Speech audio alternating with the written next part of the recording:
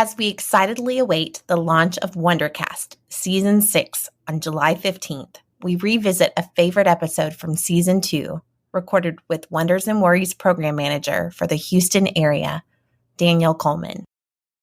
We are now waist deep into summer break, and with the kids out of school, many of us find ourselves surrounded by our children and fully immersed in all their thoughts on the world.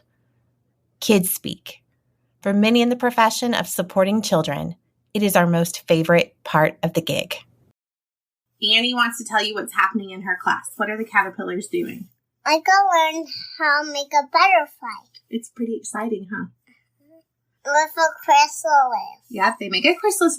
What is a chrysalis? It's a house. It's a house for the caterpillars? Uh-huh. And they make a chrysalis and they sleep in it? Uh-huh. And then what happens? It's a cocoon. When they cover the eyes, it turns into butterflies. They turn into butterflies, but how do they get out? Cocoon. Cocoon. So they make a little hole and they wiggle out. And what do they say when they come out of the chrysalis? Cocoon. Cocoon. I can't wait to see it happen. Uh-huh. They're gonna be there and picking me up. Cocoon! Seeing the world through the eyes of your child is such a gift. In terms of preparing kids for chronic illness, it does come with its own set of hurdles. How do we determine a child's understanding of complex concepts based on the words they are saying? Welcome to WonderCast, a community collaborative podcast supporting families navigating the complexities of chronic illness. WonderCast is brought to you by the generous sponsorship of Texas Oncology. Texas Oncology, more victories, more breakthroughs, experts in cancer care. Join us in our conversation today for some tried and true methods of supporting illness education and deciphering the comprehension in Kidspeak. I am joined here today by my dear friend and colleague, Danielle Coleman, and I am so excited to share in a really important conversation as a child life specialist, but also looking at it in the duality that we both share as mothers, just the importance of deciphering Kidspeak and how to interpret what is being processed versus what is the important information we need to make sure our children are understanding when we are having those crucial conversations. And I'm going to let you meet this wonderful person. Well, thank you for having me. As Julie said, my name is Danielle. I am been with Wonders and Worries in the Houston location now for 2 years. I come from Texas Children's. I was in the outpatient hematology oncology unit there for 7 years. And so I am a mother of 2. I have 2 3-year-olds right now. My oldest is adopted and my youngest is biological. So for 4 months out of the year, I have twins. And right now they're my twins. That's so fun. I just think that's such an amazing, unique thing. Yeah. It's something. It's a mess. That's a busy age for sure. It's a busy age, yes. But it's been really fun. They're getting into that imaginative pretend play right now. So like today I walked up to the playroom. They're like, we're playing library. And I was like, I want to play library with you. And they have like this special language. And they're like, no, Mom, like this is our time. And I was like, okay, this is your time. Mom out. Yes. In our topic today of talking about Kidspeak, and I think maybe for a lot of our parent listeners, it might be a great place to start with what we as child life specialists even kind of define as Kidspeak. And so I thought maybe I'd have you kind of just in your most simplified version of what are we for today's purposes going to be defining Kidspeak as? So I think I define Kidspeak as what the children understand at that age, right? So Kidspeak varies at different age ranges. For that younger age, it's very simple, concrete language that maybe they understand or maybe they don't quite understand. And so it comes out differently than how we would say it. Like they might not be able to pronounce the word correctly, or they might misunderstand what it is altogether. Okay, guys, what is the job of a doctor? The poke. To poke? Why does he give you a poke? Because to keep our bodies safe and healthy. Very good. And what is in the poke? Blood. Oh, versus as they get older, that vocabulary gets larger, but that imagination also gets larger. And so what does those words then mean to them? And what does the weight behind those words hold is different for at every age group and every situation. The context of what we do through Wonders and Worries, the collaboration we have in working with parents, having those important conversations of maybe there's a new diagnosis in your family, or maybe there is a new treatment plan that's being introduced, or perhaps you are looking at withdrawing care or moving to more of a complementary care or a home health situation, or you are looking at transferring possibly to a procedure that involves a long hospital stay. Sometimes having those important conversations is necessary. And for some of our kids, we don't want to take away that level of imagination and play. Obviously, we love that. That is their language and their communication. But with that, we also want to make sure that that key information that we are hoping that they understand is seeping through in the right ways.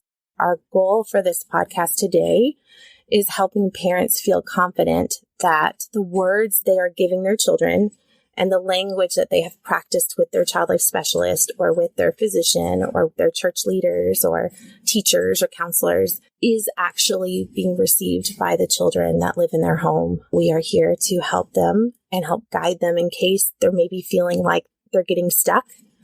What other tools are available can help with them still retaining that Kidspeak, but then also getting the support they need to make sure the information is going through. In terms of development, the ages and stages we're going to be talking about today, what we're talking about and what we're looking for in terms of their ability to understand the language. So I think just starting with that younger age group of toddler and preschool, that's going to be your age group where you use that very simple, concrete language. So with this age group, a lot of times for ports, a lot of parents don't call it a port. They actually call it a bump on the chest. And so this is a great age group where, again, that kids speak of, if they don't need to know the medical term that it's a port, they just need to know that there's a bump on mom's or dad's chest.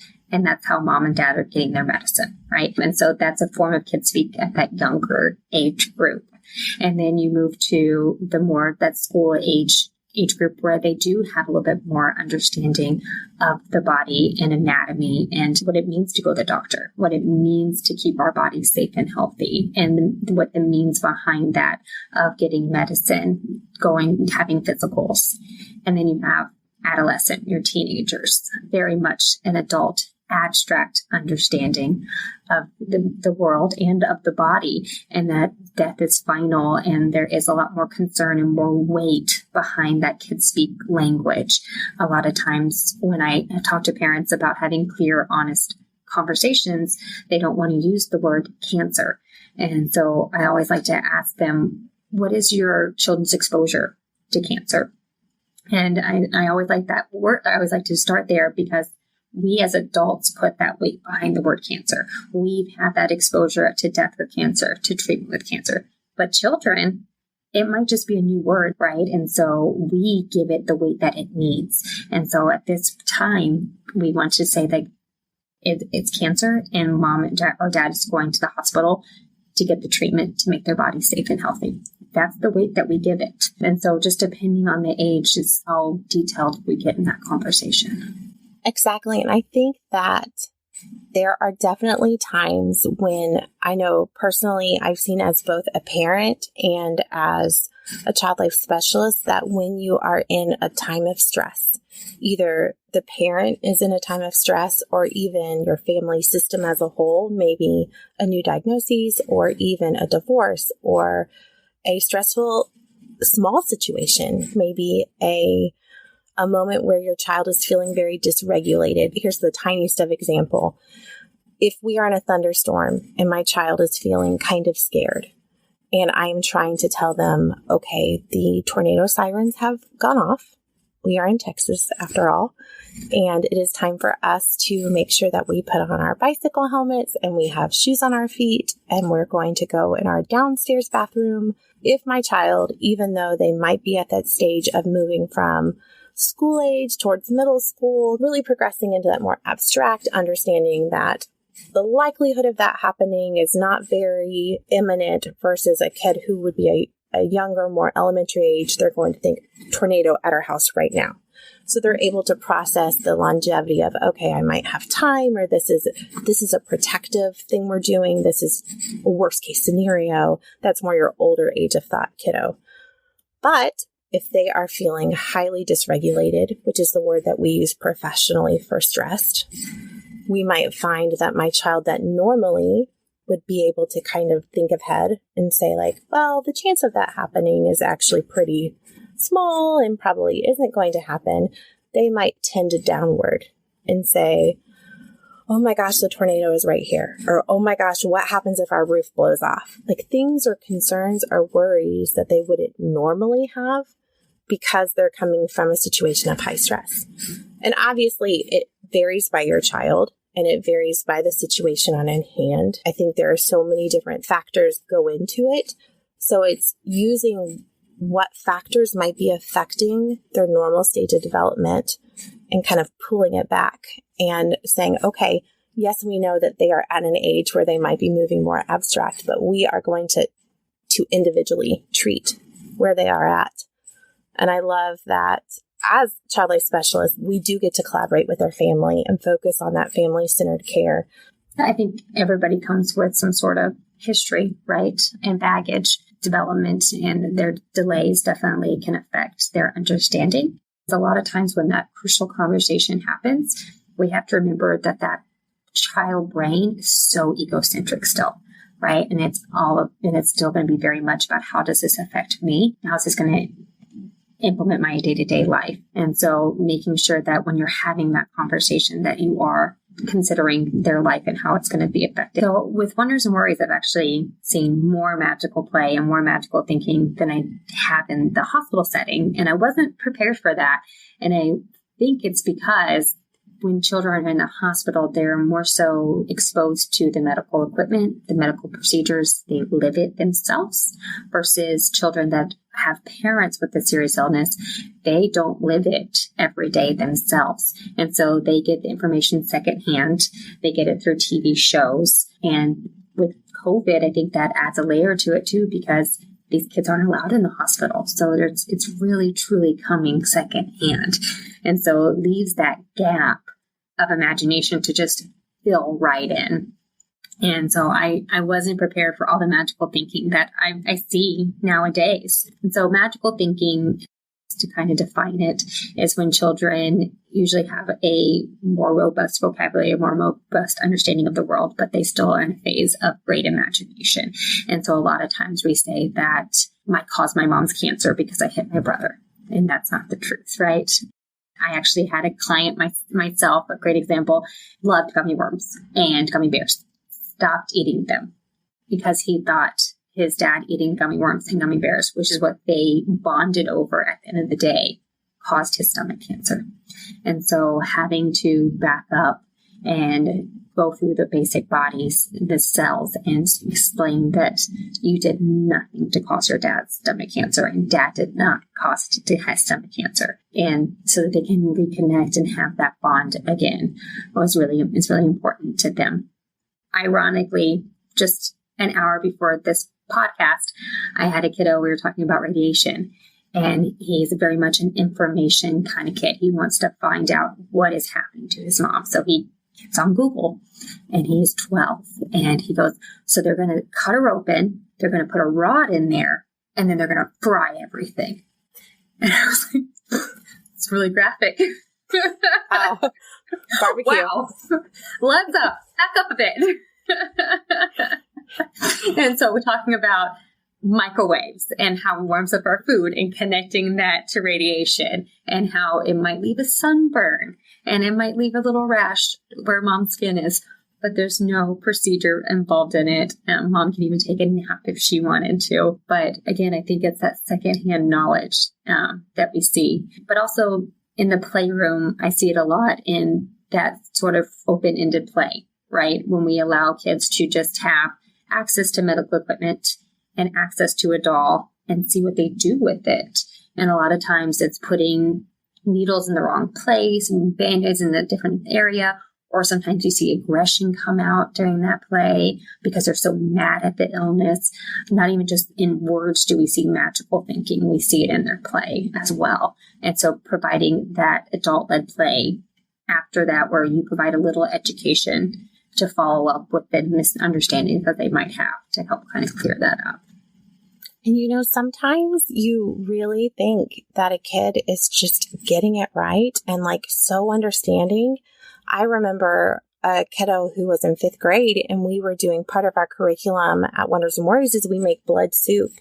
And I remember that we were just making blood soup and talking about the parts of the blood and how when we are going through treatment, how our red blood cells can be affected and our white blood cells and, our platelets and what that means. And we're using the real terms, but then to make the soup actually, and if you've been a part of our curriculum or your child has, or you're a child life specialist listening in and you've made blood soup, you know that we use food to be able to depict this. And so we were using marshmallows and red hots and rice but we're talking as we're doing this. I'm like, we're using red hots today, but these are representing the red blood cells. And that is the oxygen in our blood. And that's the energy of our blood. And that's what helps us run fast and have the ability to be able to do things like walk and have a full day and all of these things.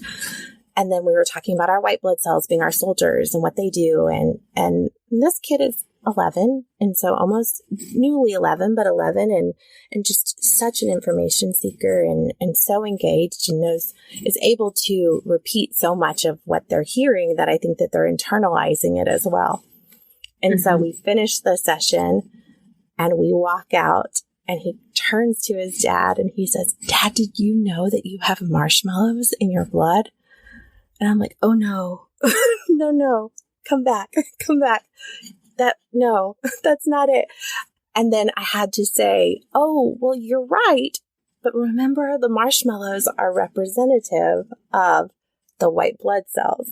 And it was just like that reminder of even our older kids who we think are getting it. Sometimes it's that level, right, that we talked about where they still kind of creep back into that imaginary, magical, I'm going to hold on to those marshmallows and just really stay in that concrete world. And it's okay to say like, "Oh, you didn't get that. We had some miscommunication. We're going to have to go back and sort that out a little bit." And that's okay.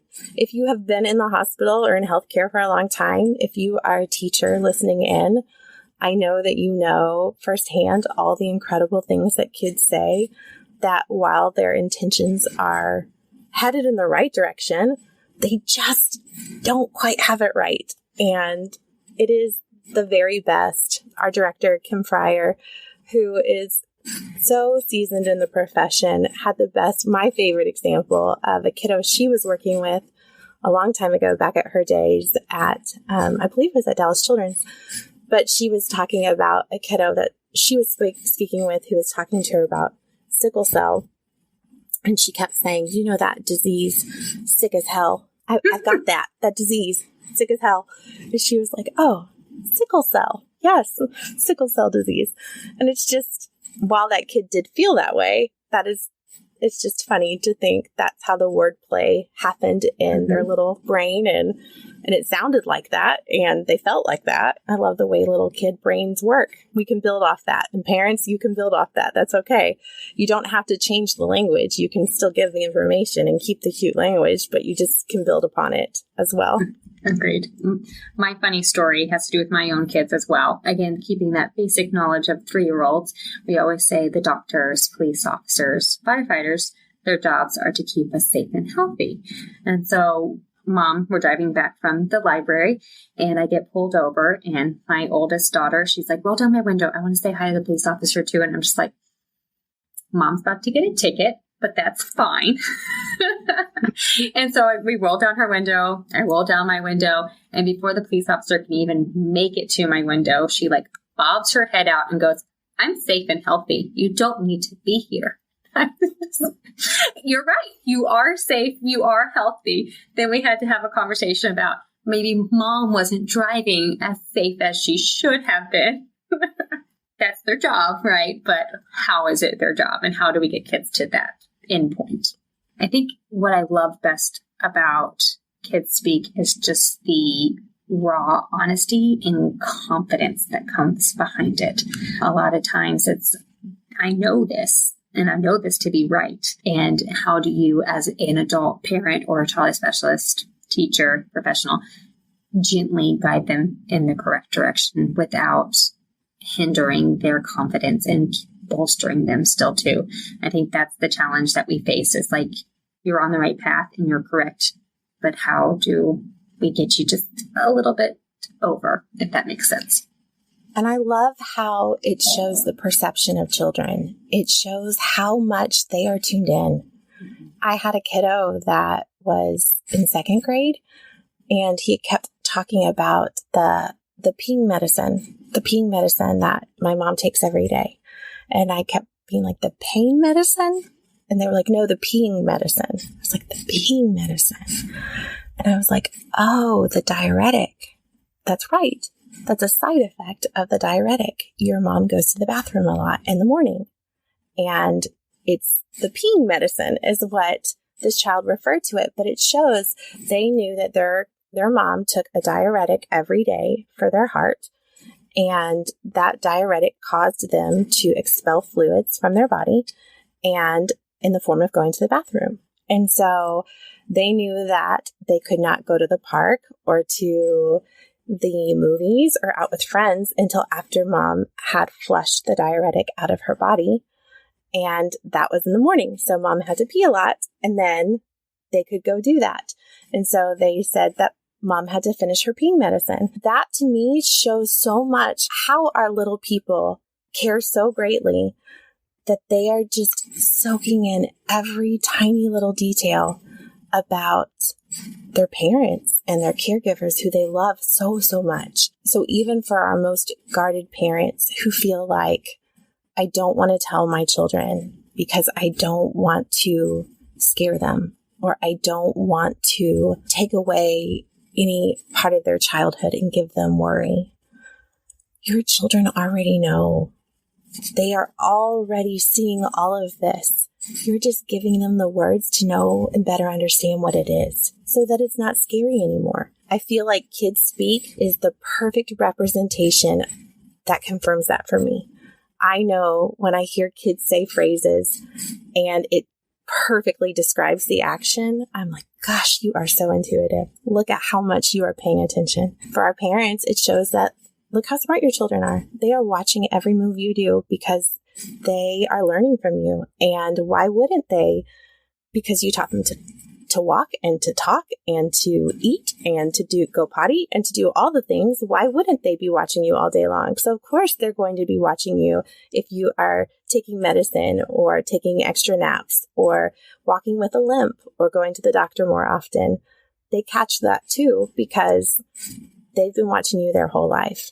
Kidspeak is a wonderful tool because it lets us know how much they are also cluing into what's going on around their little world. And just to add on to that, I always, when having this conversation with parents, often say, me even as a parent too, I mean, if I could, and wrap them up in bubble wrap and protect them from everything. But that's not an option, right? They're going to face difficulties throughout their whole life. So why don't I get ahead of those difficulties as much as I can and teach them the language that they need to be armed to face those difficulties. And I find that when you have that conversation, it's very empowering to say, like, you have this ability right now as a parent to teach them these different things. So let's do it. What challenges with Kidspeak present when we're having crucial conversations with kids? I think the challenge is making sure that as child life specialists, as parents, it's clear, honest language. To say that is to make sure that you're using the correct verbiage when necessary. So instead of saying big sick, you want to say cancer. And depending on the age, it can be bump instead of port, but explaining the purpose behind the bump or the port. And again, using that clear, honest language. And I think the best way to also incorporate clear, honest language is to bring in different tools. Those tools being pictures, books, if you have the medical equipment around you, letting them see it, letting them touch it, letting them feel it, to, again, bring in that concrete thinkers, even if they're on that cusp of abstract thinkers. Like we already kind of discussed, oftentimes they regress because of the stress that they're feeling. And so I think that's the biggest challenge with Kidspeak, is making sure that what they're saying, that's okay that it's pee medicine, but do you understand the reason behind the pee medicine? It's okay that it's a bump, but do you understand the reason behind it?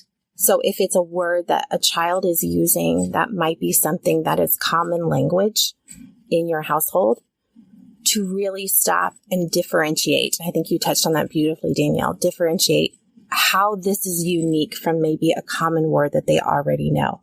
So if you do offer a child the actual word cancer, and you say cancer every time, but they are just refusing to latch onto that, and that is not a word they want to put in their vernacular, that is okay. They do not have to say cancer. If we say it and we have said it and we know that they hear it and they still want to call it a big sick, that is okay. You just have to make sure that you can differentiate how this sickness is unique to other sicknesses that they know. This is not contagious. This is not something you can catch by giving hugs or kisses or sharing a drink. This is not something that you gave to mom or dad. This is not something that can be taken away with a vaccine. Things like that, things that they would associate with other illnesses that share that same word. So we talk about tools that we use in everyday life to help kids kind of process through that Kidspeak. And if you are working with a child as a child life specialist or as a parent, and you're talking to them maybe about going to your checkup or going to go stay at grandma's while you have a procedure done, or perhaps a new medicine that you're going to be taking that smells really funny or makes your hair fall out, or they can't touch and you have to lay flat on your back for a certain amount of time. If there is something like that you're speaking with your children about and you're having trouble feeling like you're breaking through with the language, what are other tools that you can pull in your household that will help maybe a child better understand? I think there's a lot of tools you can pull in from your household. One of them being just a plain Jane doctor kit, right? I think a lot of the parents have dress-up corners or dress-up kits, and pulling it in and talking about the purpose behind each tool, right? So the stethoscope is to listen to your heart. The pulse ox is to look at the oxygen throughout your body. And what is oxygen? What is the heart? Just really digging in and finding out the job and the purpose for all of those parts of your body and the job of the roles that those tools have, right? I think that is one that you can definitely pull in. An old school one that it's kind of hard to pull in nowadays, but from my training, gosh, feeling really old right now, is a cord phone. I was always taught, and I think you are too, about a cord phone can be the spine, and that's how we get the fluid out, is by having them do a C shape with their backs. And we can talk about the purpose of the spine. But I have an adaptation for that, though. You please tell me. I do. We use Slinkies. So I use Slinkies. Great. I use those little ones, especially the ones that you get in party favor packs or at Halloween. So if you ever come across those and your kid is not interested in them, snatch it aside. Those little tiny Slinkies make great things to show C-spines. And especially if you're having to do a position where they might be having any sort of injection or having to do a position to show the different vertebrae, that's a great little Slinky. You just blew my mind. I love that. I know. I loved it. Another thing you can also do if you have it is a twisty straw. If you have any of those twisty straws, anything that has a gap that you can show. We've done it with foil, where you roll a foil like a noodle and then you can twist it. Pieces of pasta, you can use coiled pasta. But I really think foil can be the most magical at-home tool, because you can make any bone. It can be an art project for your older kids where you're like, today we are going to make a femur and we are going to talk about how I have to have a femoral osteotomy, and we are going to be explaining what that is. And we are going to make the femur and talk about how we have to take the little bit off the top. And it just is really a way to use art that you have around your house to be able to pull kids in. If you have kids that really need that tactile input, shaving cream, put it on your table, on your kitchen table, like just spray it on the kitchen table, and it makes a giant mess. And so instead of just writing on a normal piece of paper to draw maybe a picture of your heart or your lungs to show how you have fluid in your lungs, instead look up on Google a picture of your lungs and draw to the best of your ability with your fingers on the shaving cream on your table, or let your children do it. And then you can kind of color one side in and leave it white, and the other side you can erase it and make it look clear. And you can talk about how we have to have a special machine that's put in to help drain the fluid. And so that then they can erase the white foam so they can see how that goes away. So there are lots of different things you can use around your household that can help kids process in a way that is fun and not threatening and free. And the best thing about shaving cream is it cleans your table because it's a soap. And it can get markers and spaghetti sauce and things that never come up ever. They just come up magically. And so you're getting a free kid cleaning your kitchen table, which is amazing. Because if I asked my teen child to clean my kitchen table, they would roll their eyes. But if they got to play in shaving cream, they might be a little bit less teeny about it. And I'd still come away with a clean kitchen and a child that understood a little better about my chest tube going in. So I love that little fun parenting side fact.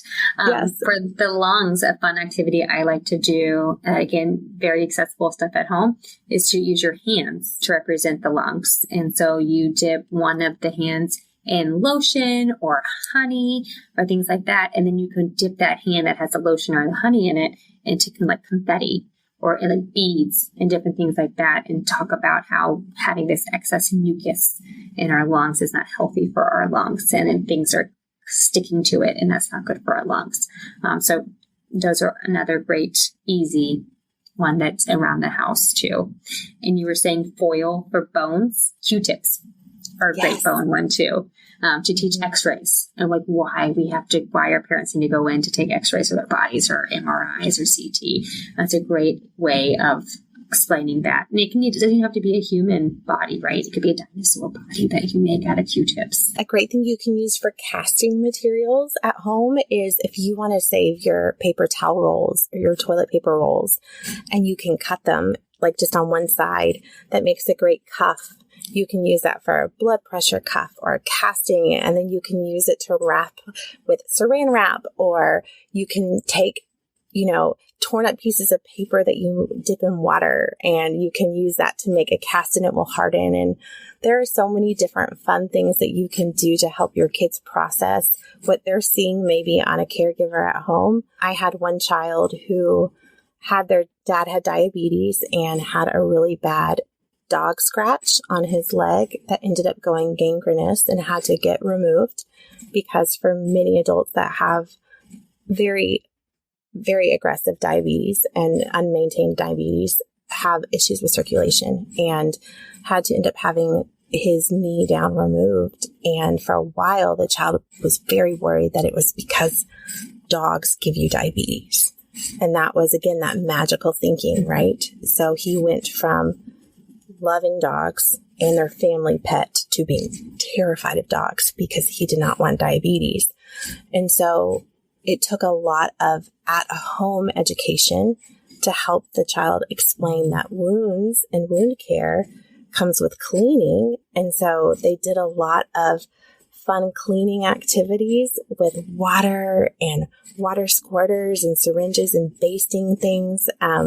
Anything you use to baste a turkey breast or chicken rotisserie or anything in your kitchen, you can use to clean. And that's what they did at home. They used that just as talking about how you use that with all your cleaning, how if your body isn't able to clean because it's already sick, then that's why it wasn't able to heal itself, not because of the dog. And through time and through those repetitive activities and repetitive teaching, the child was able to grasp, oh, this is because of the illness, not because of the dog. It takes time and repetition and tools, but they get there. I think it helps to have that as an option for a lot of our parents. I feel like that could be a podcast altogether. Like, if you have to talk about heart disease, these are things in your home. Right. No, I think that's a great segue. Yeah. And another one that you reminded me with the dog bite and the wound is a really big magical thinking one that's been coming up with me is COVID being like a parent catching COVID and parent having cancer at the same time. And so the COVID goes away and they think because the COVID went away, so did the cancer. And so having kids come into my session saying, my parents all better. That's an update I haven't heard yet. And so again, tools that we have usually in our house to teach about germs versus our cells. You know, we can use dot markers to teach about cells. So red dot markers for red blood cells, yellow dot markers for white blood cells, orange for platelets. But then germs, you can actually make, I think Kim, our program director, taught us this one, of a COVID germ by using model magic and golfing tees. And so talking about the difference between cells and cells that stop working the way they're supposed to and germs that you can catch, and just kind of constantly reinforcing that's why we wash our hands, because germs live on our hands.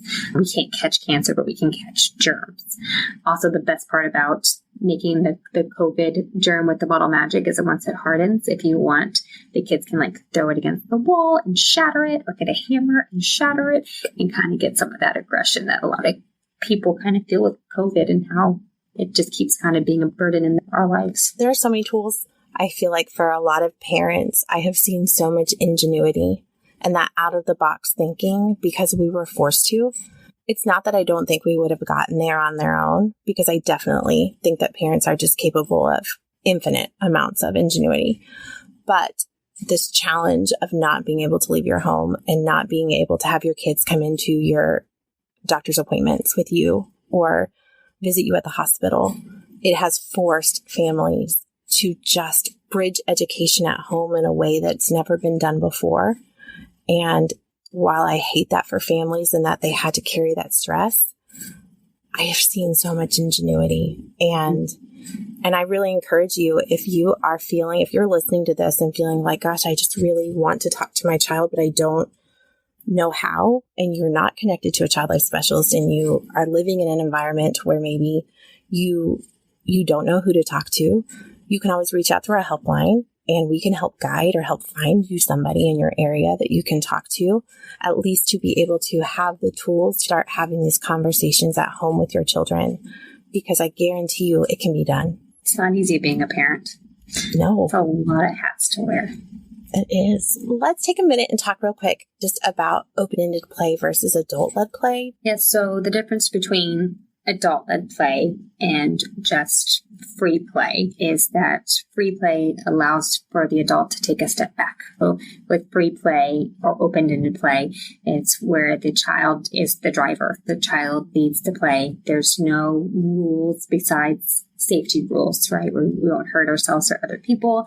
These are still rules within the house of like, we don't color on the walls, but the child decide what is played with, how it is played with, and your job as caregiver is to support that play and just to be along for the play, not to ask questions, to meet that affect, and just to be there as a companion throughout that play. Now, adult-led play, on the other hand, is where maybe the adult and the child are both in the driver's seat. And there's more of a mission to the play. There's more of a goal to the play, and the goal being whatever you're teaching, if it's typical developmental ABCs, 1, 2, 3, or learning about mom and dad's diagnosis, or learning about a certain procedure, or why mom is losing her hair. And so like a great example of like adult-led play would be the Play-Doh actually has a hair salon where you can like squeeze down and grow the hair, and then the kiddos can cut off the hair. And so what a great way at home to teach why mom and dad shave their head and letting them have that control and letting them cut that hair off. Still play, but play with a goal and play with a mission. How might a child signal to the parents that they are needing a break?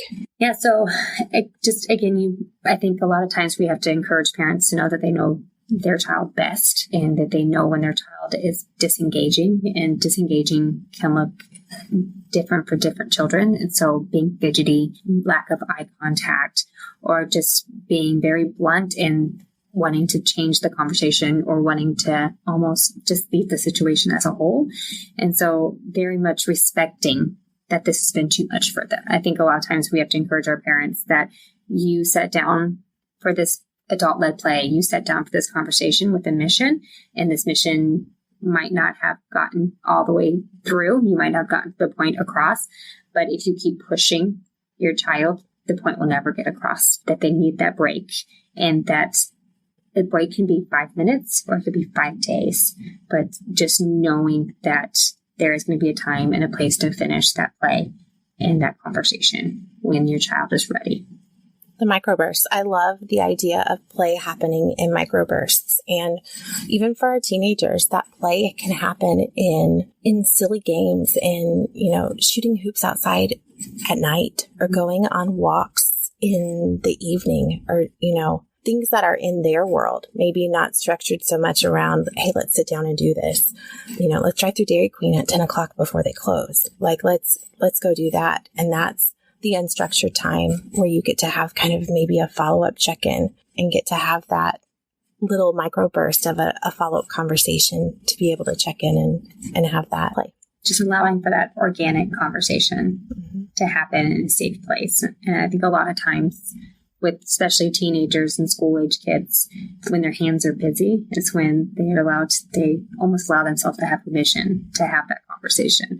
So around the dinner table, and, like you said, playing basketball, going on a walk. I had a great example of a dad. His wife was in the hospital for a couple months, and he had a 4-year-old daughter, and they developed a routine called pillow talk.